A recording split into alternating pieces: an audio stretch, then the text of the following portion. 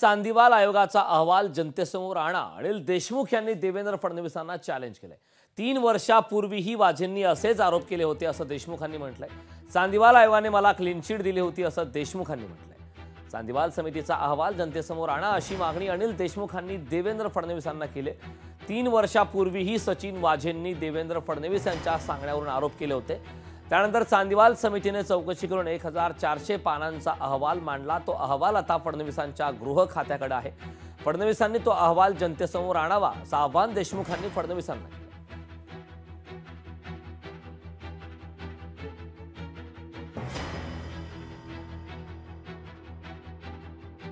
High court जज चांदीवाल साहेब यांना चौकशी करण्याचे आदेश दिले. न्यायमूर्ती चांदीवाल यांनी या संपूर्ण प्रकरणाची म्हणजे काल जे आरोप केले त्या संपूर्ण प्रकरणाची 11 महिने चौकशी केली आणि न्यायमूर्ती चांदीवाल यांनी 11 महिने चौकशी करून 2 वर्षापूर्वीच तो चौकशी अहवाल माझ्यावर जे आरोप केले होते, जे काल जे आरोप केले तेच 3 वर्षापूर्वी केले होते, तो चौकशी अहवाल जस्टिस चांदीवाल म्हणजे न्यायमूर्ती चांदीवाल यांनी 2 वर्षापूर्वी सरकारला दिलेला आहे. चांदीवाल अहवाल हा महाविकास आघाडीच्या काळामध्ये सबमिट झाला होता. महाविकास आघाडीने त्याच्यावर का कारवाई केली नाही, तो त्यांनी का जाहीर केला नाही. परमबीर सिंग यांना सीपी महाविकास आघाडीने केलं. अनिल देशमुख स्वतः त्या ठिकाणी गृहमंत्री असताना परमबीर सिंगांनी त्यांच्यावर आरोप लावले. आता विरोधी पक्षनेत्याच्या म्हणण्यावर स्टँडिंग गृहमंत्र्यावर एखादा कमिशनर आरोप लावेल असं शक्य आहे का? त्याला स्वतःच्या नोकरीची काळजी आहे की नाही आहे? अशा प्रकारे कोणी जर रोज काहीतरी बोलत असेल तर त्याला उत्तर देऊन त्यांच्या स्तरावर जाण्याची माझी इच्छा नाही. पण शेवटी सत्य जे आहे ते सगळ्यांना माहिती आहे. सत्य समोर आलेलं आहे आणि यापुढे ते येत राहणार. तर अनिल देशमुख यांनी देवेंद्र फडणवीसांना टोला लगावलेला चांदीवाल आयोगाचा अहवाल जनतेसमोर आणा अशी देखील प्रतिक्रिया दिलेली. अनिल देशमुखांनी देवेंद्र फडणवीसांना चॅलेंज केले. या भारतीय जनता पक्षाला काही काम नाही, हे आता तुरुंगातल्या गुंडांना त्यांचे प्रवक्ते बनवून आमच्यावरती आरोप करायला लावतात. जनता शाणी आहे महाराष्ट्राची, त्यांना माहिती आहे काय चाललंय ते. फडणवीसांनी या प्रकारचं राजकारण थांबवायला पाहिजे. अजून तरी त्यांना लोकसभेत किती मोठा फटका बसतो हे त्यांनी पाहिजे. चांदीवाल आयोग अहवाल गोपनीय असताना त्यात क्लीन चिट दिल्याचा उल्लेख करून अनिल देशमुख हे वारंवार न्यायालयीन आयोगाच्या विश्वासार्हतेवर प्रश्नचिन्ह का निर्माण करतायत? त्यावेळी सत्तेत असताना वाझेंची सुटका करू असं आमिष दाखवून त्यांचं स्टेटमेंट घेतलं होतं का?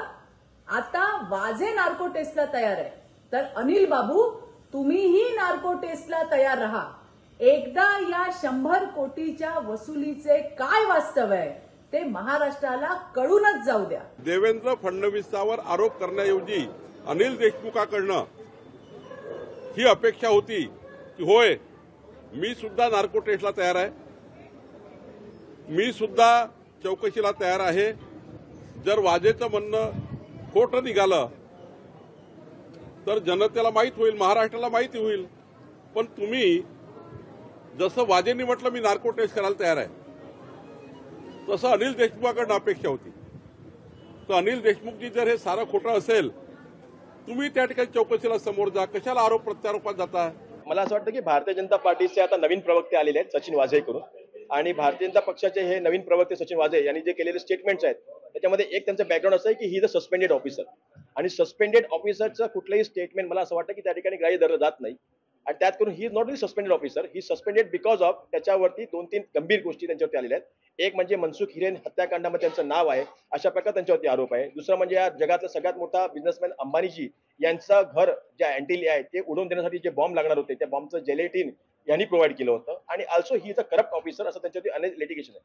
अशाच्यामध्ये सचिन वाझेंनी आरोप करावे आणि ते लोकांनी ऐकावे. मला असं वाटतं की हा देवेंद्र फडणवीस साहेबांचा नवीन डाव आहे, नवीन फ्रेम त्यांनी तयार केलेली आहे. बट देवेंद्र फडणवीस साहेबांचा आता त्या ठिकाणी पर्दाफाश झालाय. मी काल पण बोललो, ते म्हणतात की वाजे यांचा पीए घेत होता पैसे. आता तर महाराष्ट्रामध्ये मंत्रीच पैसे घेतात, त्याच्यावरची चर्चाच होत नाही. ऑडिओ व्हिडिओ राज्याच्या गृहमंत्र्याकडे आहेत. वाजे आता आरोपी आहे. वाजे म्हणतो की मी माननीय गृहमंत्र्याला सगळं माहिती दिलेली आहे. गृहमंत्री म्हणतात फडणवीस की मला काही कुठलं कागद आलेला नाही. आखरी मीडियाच्या सोबत कैदेत असलेला आरोपी कसा बोलू शकतो हाही प्रश्न निर्माण झालेला आहे. तर हे सगळं ठरवून केलेला कार्यक्रम आहे. या महाराष्ट्रामध्ये आरोप आणि प्रत्यारोप अशांची एक मोठी मालिका सुरू आहे. आता जर त्या काळामध्ये नोकरीमध्ये असणारे नंतर सस्पेंड झाले वाजे म्हणतायत आणि त्यावेळेच्या अनेक सरकारी अधिकाऱ्यांनी ही स्टेटमेंट दिली किंवा आम्हाला दर महिन्याचं काही टार्गेट होतं.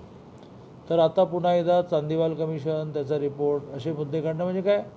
तर समजा आम्ही असं म्हटलं की तुम्ही पैसे कलेक्ट केले, तर तुम्ही असं म्हणायचं की नाही हे वाजे म्हणतायत हे गायडेड डेमोक्रेसी आहे, त्याला गायडेड डेमोक्रेसी म्हणतात. अरे वा, वाजे म्हणतात ती गायडेड डेमोक्रेसी आणि चांदीवाल म्हणतात ती काय, ते आरोप नाही करत आहे. पण मग चांदीवाल कमिशनचा रिपोर्ट जगात सगळ्यात खरा आणि वाजे जगात सगळे खोटारडे, असं नाही चालत. लोकशाही मराठी ऐका, पहा, जागरूक रहा.